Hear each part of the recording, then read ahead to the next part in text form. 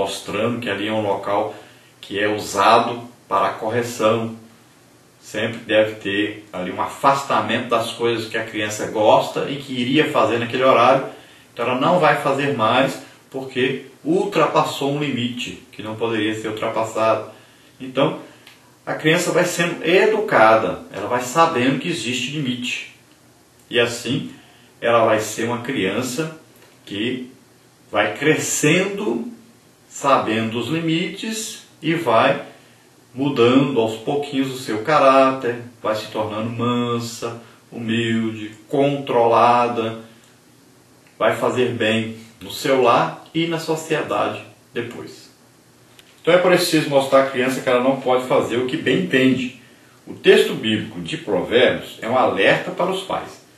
Não retires a disciplina da criança. Provérbios 23:13. Sim, a disciplina não pode ser retirada porque é imprescindível à formação moral dos nossos filhos. Quando a criança não recebe limites, certamente tornar-se-á um adulto inseguro, ansioso e com dificuldades para obedecer.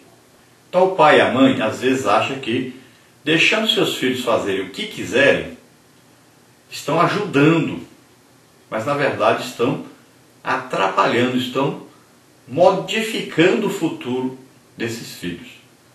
Porque esse filho não terá uma segurança quando estiver aí fora da família. Quando ele precisar ser um provedor, ele não vai ter aí um caráter moral para ser o provedor. Ele não vai ter coragem de encarar os problemas.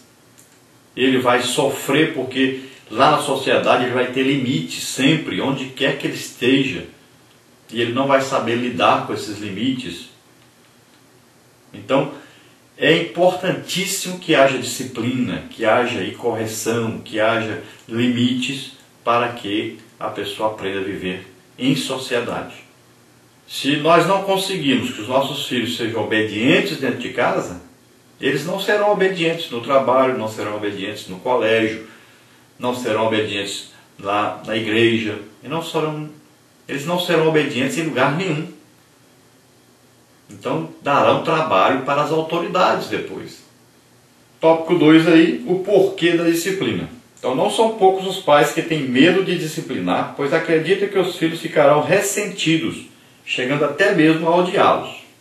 Então é evidente que quando se coloca limite, quando se disciplina, a criança não vai aceitar isso de bom grado, com alegria, é evidente. Então, o pai não pode deixar de fazer isso porque o filho vai se ressentir. O pai está com medo do filho odiá-lo, de não querer mais beijá-lo, abraçá-lo. Mas veja bem, na verdade, na prática, os filhos que mais foram corrigidos, que mais tiveram disciplina, são os filhos que mais amam seus pais. Isso é uma coisa certa. E a própria palavra de Deus diz que Deus prova que ama a todos nós quando Ele nos corrige, porque o pai que não corrige é porque não ama. Então o verdadeiro amor, um amor que vem de Deus, é o amor que corrige, é o amor que disciplina. Porque visa o bem daquele que está sendo disciplinado e corrigido. Então, porém, a disciplina, quando administrada com sabedoria, faz com que a criança se sinta segura, aceita e amada. Não disciplinar é o mesmo que deixar de instruir, educar. Por isso, não tenha medo de estabelecer parâmetros, pois eles são uma segurança para o desenvolvimento dos seus filhos. Provérbios 29:15, Hebreus 12:8. Então lembre-se que a correção, a disciplina, faz parte da educação. Não retire isso aí, a instrução, não retire a educação, não retire a disciplina da criança. Que até quando ele estiver já mais velho, isso vai ser de bom proveito na sua vida. Por toda a vida, essa disciplina recebida no lar, essa correção recebida no lar, vai ser importante para esse filho. Tópico 3, os pais devem disciplinar. Muitos pais estão terceirizando a educação de seus filhos, ou seja, passando uma responsabilidade que é sua para terceiros. E eles esperam com isso que os avós, as babás ou os professores da escola dominical disciplinem seus filhos e os eduquem. Essa responsabilidade é sua. Os avós, por terem mais experiência, podem até ajudar com seus conselhos, mas a responsabilidade final de educar é dos pais. Não seja negligente quanto à educação dos seus filhos. Efésios 6:4. Então o que acontece muito hoje? Às vezes o pai e a mãe trabalham fora e entregam a educação dos seus filhos a uma babá, que muitas vezes não tem um grau de instrução necessária, não tem autoridade junto a seus filhos.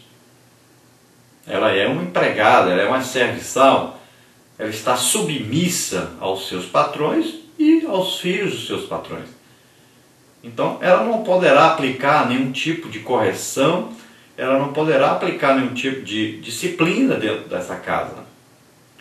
A autoridade do lar é o pai e a mãe.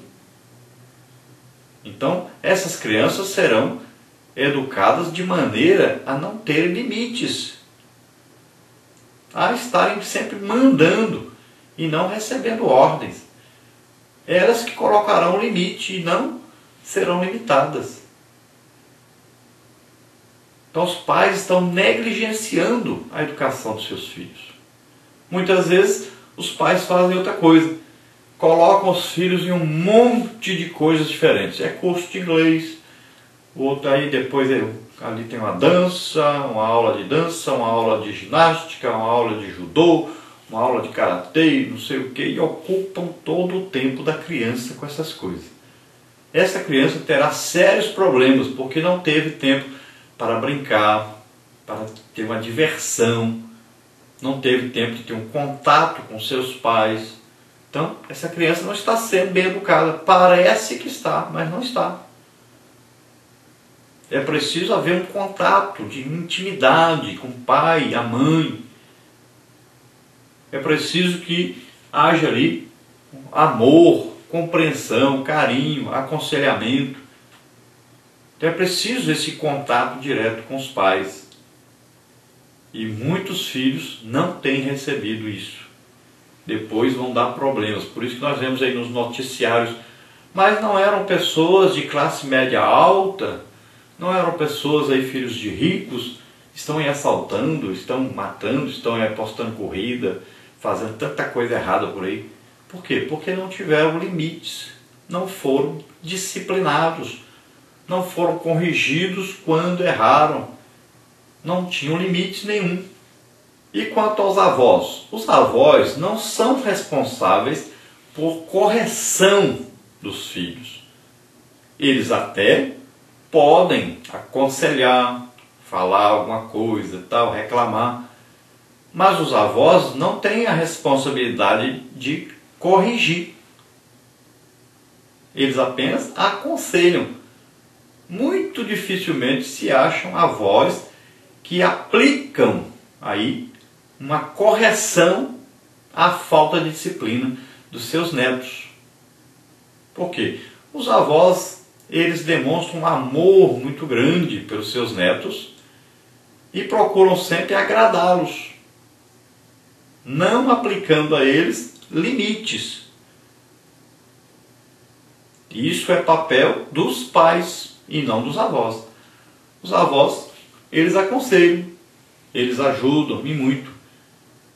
Podem, na falta do pai e da mãe, aplicarem aí uma disciplina, mas sempre os avós, eles não terão condições de substituir o pai e a mãe, porque sempre eles terão aquele limite para eles nessa correção, porque os próprios pais não aceitarão que os seus pais apliquem a correção necessária. Então, muitas vezes, a correção não é uma correção agradável, e os próprios pais não aceitarão. Então, os avós deixam essa correção. Eles podem até mostrar os limites, eles podem até aconselhar os pais como fazer para ir corrigindo os erros, os excessos, mas nunca eles substituirão os pais. Muitos pais também pensam o seguinte: bom, meus filhos já estão indo lá para a escola bíblica dominical e lá eles vão aprender essas coisas aí, os limites, vão ser corrigidos quando necessário. Mas não é isso que acontece. Se você pudesse entrar numa sala de escola bíblica dominical onde seus filhos estudam, você veria o comportamento de seus filhos lá. Se você pudesse ir lá no colégio onde seus filhos estudam, você veria que tipo de filho você está criando. E você veria que coisa tremenda. As crianças, na sua maioria hoje, não respeitam as pessoas mais velhas. Não respeitam os professores, não respeitam pastores, obreiros, não respeitam patrões depois, não respeitam ninguém, não obedecem a ninguém, porque não aprenderam o princípio da obediência dentro de casa. Não tiveram limites dentro de casa. Então pensam que lá fora também podem fazer o que desejam. E aí acontecem os problemas. Muitos filhos que não foram corrigidos em casa acabam sendo corrigidos pela polícia lá fora, ou pelos amigos, né? Pelos colegas de trabalho, pelos colegas de estudo lá no colégio. Então acontece muitas essas coisas, por quê?